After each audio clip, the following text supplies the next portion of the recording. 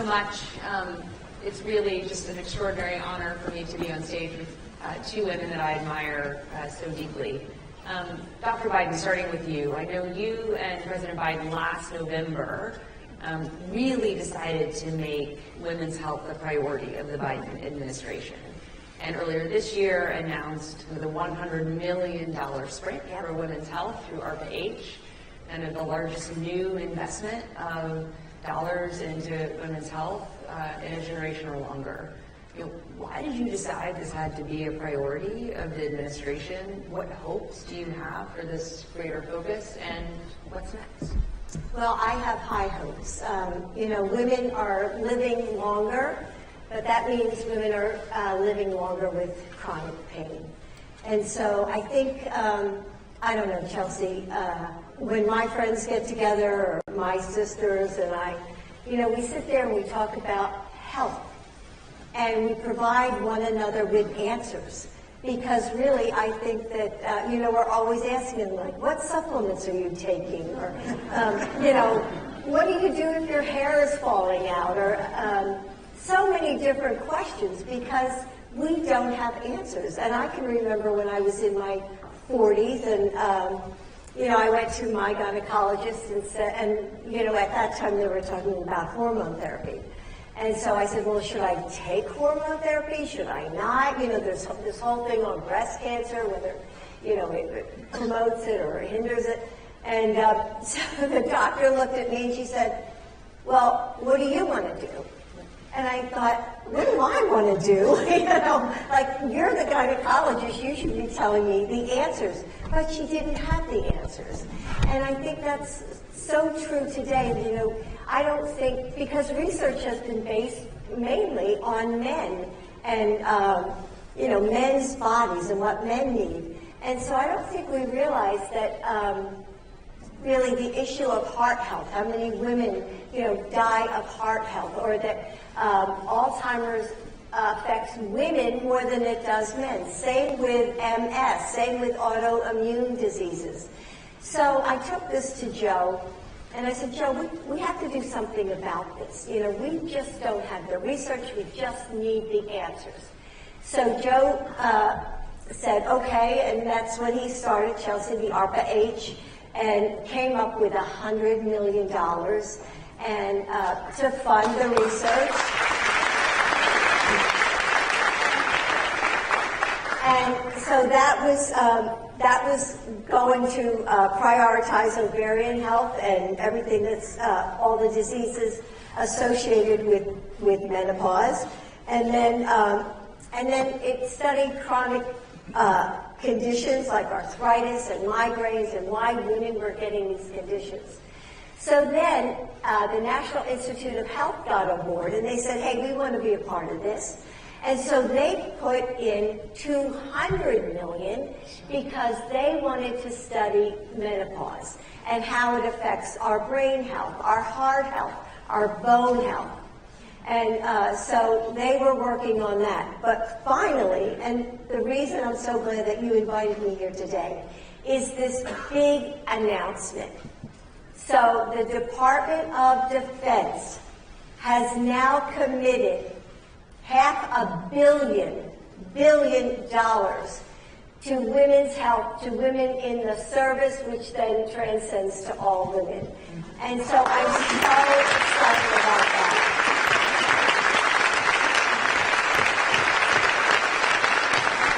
And so now this money is going to study arthritis and chronic fatigue and cardiovascular health. So anyway, it's a big deal, and it's about time. So we're going to get moving on this. It is a big deal, and it is well past the time, but we're only at this time because of just the extraordinary leadership of you and the President. And Dr. Montgomery Rice, one of the things you and I have talked about extensively in different conversations over the years kind of is the inequity in clinical research. Yes. Right? It wasn't until the NIH Reauthorization Act of 1993, to give one man credit, my dad, for signing it, that required trials that were receiving NIH funding to include women. in an equitable manner. It wasn't until my mom was in the Senate that legislation was passed to require pediatric trials to include children.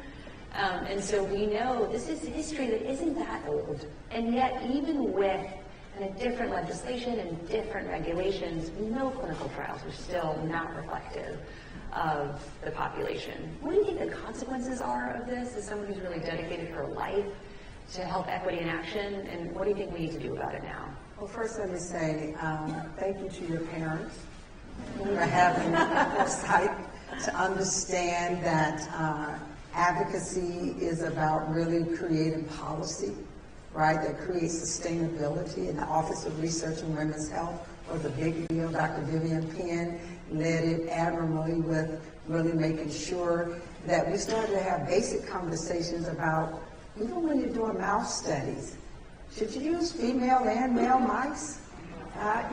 Something very basic, but initially no one really thought about that, about the physiological and the biochemical things that were happening at the cellular level that really would impact drug, metabolism, all different types of things. And so we really had to really go way back and deep into the process to understand how to make a difference. When you think about why the inequities exist, there are multiple reasons. When we think about women's health, we have to think about it more holistically. It is way beyond our reproductive health. It is way beyond just menopause. There's some, you think about adolescence, you think about the things that happen in those first couple of years of your cycle, or your nutritional balance at that time, which will clearly influence your cycle because your estrogen levels are everywhere. The estrogen levels start to fluctuate even throughout your reproductive cycle. Then when you get to the end where you don't have estrogen anymore, right, where it starts to significantly decrease, then you start to see the consequences of that. So we have to think about lifespan changes that are happening. And the only way that we will be able to understand those to introduce interventions are to include women in the studies. And to include women in the studies early on from a preventive mindset. Then as we start to see disease processes and we think about drugs and other opportunities that can be created, then we must include women so that we can understand the differences. Now, we also, though, have to think about the social determinants. What are the things that we have to really be considerate of that will allow people to participate in a clinical trial? That starts with the trial design. That starts with who are going to be the investigators. I always think about when I was at the University of Kansas, I was the only African American person on the faculty in the Department of OBGYN, and I started the Clinical Research Center there. And in starting that Clinical Research Center, a couple of things that I figured out when I was going to do studies with birth control pills or menopause studies was that I needed a clinical research nurse that looked like the people who were going to be recruited. Because that's where the trust began. Who that person was who was going to be going out into their community saying, would you participate in this trial? And then when they came into the center to see themselves and participate in this trial, did they actually see themselves? Did they see other people that looked like them? Did we speak at a level, right, that they could understand? And did we ensure that they understood that they had choice? That they were not a patient at that point, that they were a subject. Okay, and they had a choice. And so that inclusive process allowed us at the University of Kansas to have the highest enrollment of people of color in birth control trials. We're looking at third generation progesterones or the SWAN study or other studies where we're looking at the impact of medications on menopause. And I think it was because we thought about the study design and we thought about who would be the participants in helping us to enroll the right people in the trials. So we were inclusive from the beginning. Dr. Biden, I was listening to the audience reactions when you were talking about things like Alzheimer's or autoimmune diseases that disproportionately affect women. And I got the sense that there may be people here who didn't know that. And so I wonder, with kind of this major push from the administration, with thankfully the extraordinary announcement today of the $500 million of DoD funding. What do you hope the effects are of this new confusion of not only investment but interest and focus of the U.S. government to be beyond health?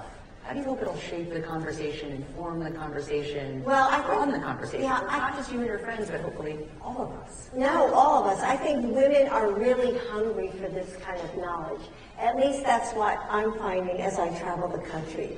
And we don't have the answers. And actually, women, we lose here in the United States $1.8 trillion a year. It was billion dollars a year due to the loss of working time because women don't go to work due to menopause. So they either have insomnia and they don't sleep all night. They get migraines. Whatever it is, they're aching, their joints or osteoporosis or whatever it is. And just this morning, I have to give you an example. I was watching the morning news, and one of the newscasters was giving the news, and all of a sudden she was just kept talking. All of a sudden she's going like this, and I thought to myself, you don't even know you're doing that, and so it affects us all. That we really need answers, and so I think it's going to then add more money into our economy for women to go to work because they can't, because sometimes it's so debilitating. And to help normalize the conversations around women's health, right? So that they're not just happening in quiet corners with groups of friends, but hopefully on stages like this one and in places like this. Yeah.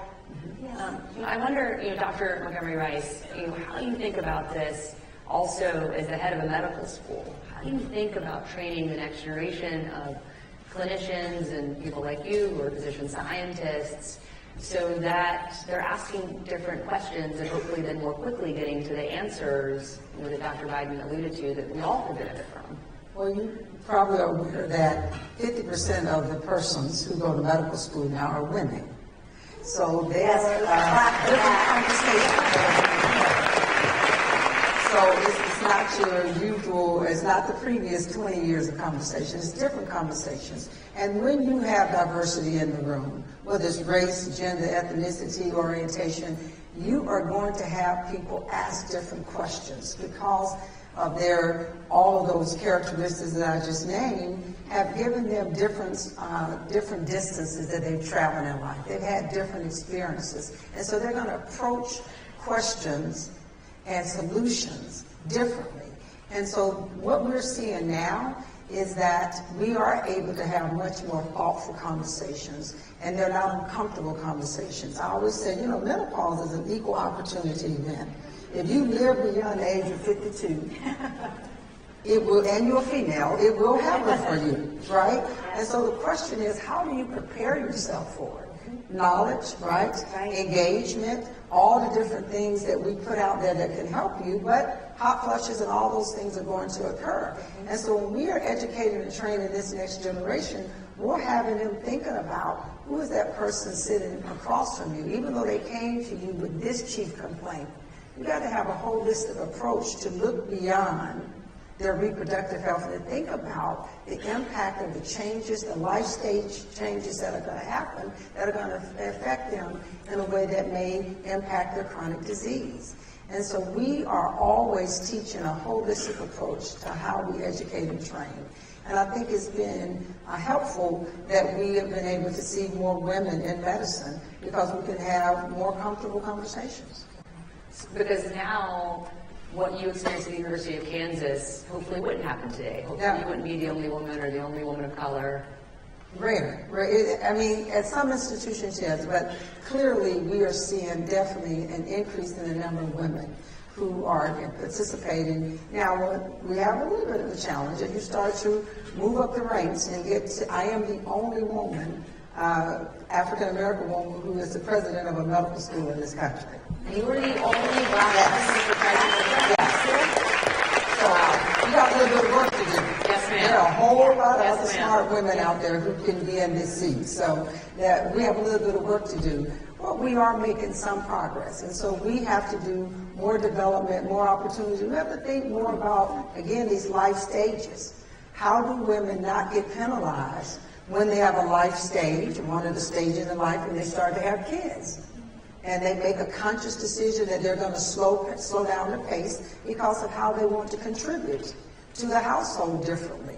How do we not penalize them for that? How do we continue to find meaningful ways for them to contribute and be a mom and be an aunt and sister and all the other things that we are, and them to continue to advance in their careers? And so again, having more women in leadership and having more women at the table when we're having these discussions really allows us to create better solutions. And women of color, for sure. Definitely makes a difference.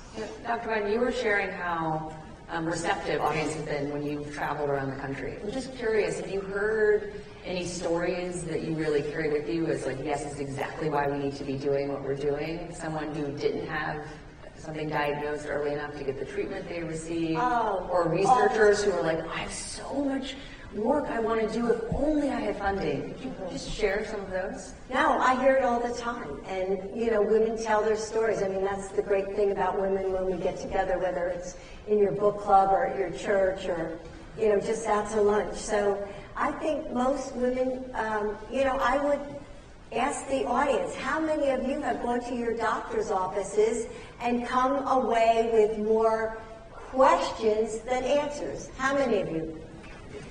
Wow, look at this. That's amazing. So Chelsea, you can see how much work we need to do with this, the answers we need to find. You know, Dr. Montgomery Rice, I was sharing an anecdote with Dr. Biden earlier about talking to someone about our maternal health crisis here in New York City. While certainly our maternal health equity is tragic at a national level, that Black women are more than 3 times as likely to die in childbirth, and white women and all women are more than 50% more likely to die in childbirth than our mothers were. Here in New York City, it's actually 9 times. Mm-hmm. And thankfully, the New York City Department of Health is leading an effort across kind of all sectors, and we at CGI are proud to be part of this effort. But that's a quite serious segue into a somewhat light-hearted but also revealing anecdote. So I went to go see someone that I hoped would invest in this effort, and after pleasantries, he looked at me, Dr. Montgomery Rice, and he said, "So, tell me about this innovation of midwifery." And I was thinking, well, what I was thinking was, I know the innovation of midwifery. That the kind of popular conceit is that prostitution may be the oldest form of labor, but actually midwifery has to be the oldest form of labor, because where did we all come from? I didn't say that, though. Yes, thank you. I'm grateful to have the chance to share with you about the work on that, and access to midwives and doulas here in New York City. On that midwifery note, though, I'm an OBGYN. I trained at the Grady at Emory in the 90s. And so the midwives were not my friend, in the fact, because we were doing 10,000 deliveries a year. And they had a much more holistic perspective of how they wanted to take someone through the process. Now, I was young and somewhat naive. And after I had my kids, though, I definitely understood that we have to have options for women, right? We have to have options for women, and midwives and doulas and other opportunities for support while you're going through this significant time and this beautiful time where you are bringing another person into the world. We need to have all hands on deck. And when you look at our maternal health crisis, we are not doing something right. And I think it begins with how we are educating young ladies about their bodies and about their choices, how we are intervening early on for them to understand their bodies so that they can be as healthy as they possibly can when they get ready to conceive, that they have choice about when they want to conceive. So birth control and other options are there available for them. This is the 2000s. We're not in the 1900s. We should have choice, and women can make informed decisions about when they want to build their family, how they want to build their family, and who they want to help support them through this process. And then we, in our education and training, are really taking this culture of competency and culture of humility in the maternal health space to another level, where we are going back and retraining providers who are out in the community. And we're using women's stories because we have so many near misses that someone had preeclampsia or eclampsia and they didn't die. But they talked about their experience. If somebody had, gestational diabetes, or someone didn't feel something right, and someone wouldn't perform an ultrasound, when they just said, would you just take a quick look? We have to listen to women. Women know their bodies better than anybody else. Even when it's their first time having a baby, there's something instinctive that happens. It could be nature that kicks in, right? And we know these things, and we as providers have to be humble enough, have enough humility to listen to women, and then to try to co-create solutions along the way and learn from those. So we're taking those stories, and this is funded by the NIH, well, not NIH grants, and we're using that as curriculum that we're taking back to providers. And it's in video form, it's in written form, it's about education. And many of them, because sometimes they're so busy and it's so chaotic when you're delivering, you got two patients. You got the patient, the woman who's delivering, and then you have the baby that you're taking care of. And then you have all the other people in the room who want to take a picture, okay? And manage all of that in the process of doing so. Sometimes we lose our perspective when things start to go awry. And so what we're trying to do is bring back this culture of humility and competency and really appreciating that the woman knows best and taking that into consideration as we address this maternal health crisis. Great. Well, we know how important it is to listen to women, and yet we also know from now reams of research how often our pain is treated kind of less seriously, less acutely, and that too is exacerbated for women of color. Right, yes.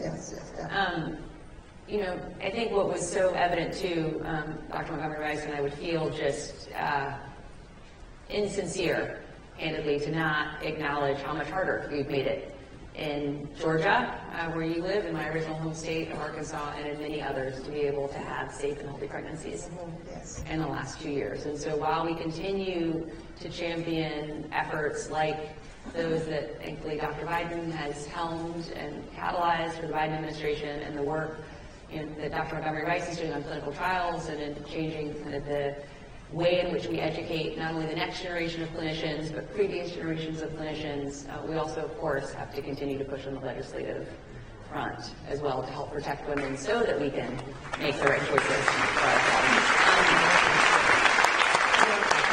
In our last couple minutes, I want to ask both of you about what really is the role of the private sector here in trying to drive more investment into kind of research around women and innovative solutions to help kind of better kind of protect and promote women's health and well-being. Sometimes, those old-fashioned innovation solutions like midwifery, because Dr. Biden, I know something that you're passionate about, as am I, is trying to move the needle from the 2% of venture funding that currently goes to women's health to, double it as a first starting point and then kind of going up from there. Well, I think, the private sector has, and nonprofits, they have a huge role to play.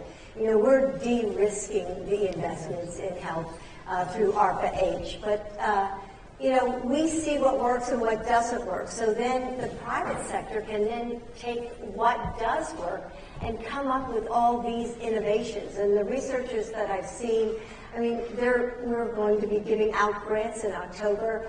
And there's just such amazing work on the horizon. And I think we're going to get there, but it's going to just take some time. And we all of us, government, the private sector, we all have to be involved to make a difference. And Dr. Montgomery Rice, I think it's appropriate that we give you the last word as someone who's very much on the front lines as a researcher, as a physician, as an educator.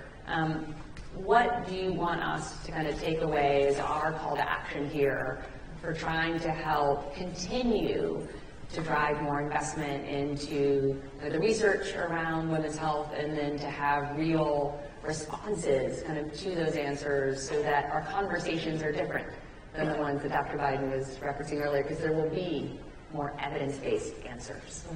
So the first thing I would say is that we are all accountable to women's health. I am a reproductive endocrinologist and fertility specialist. None of you got here without a mother.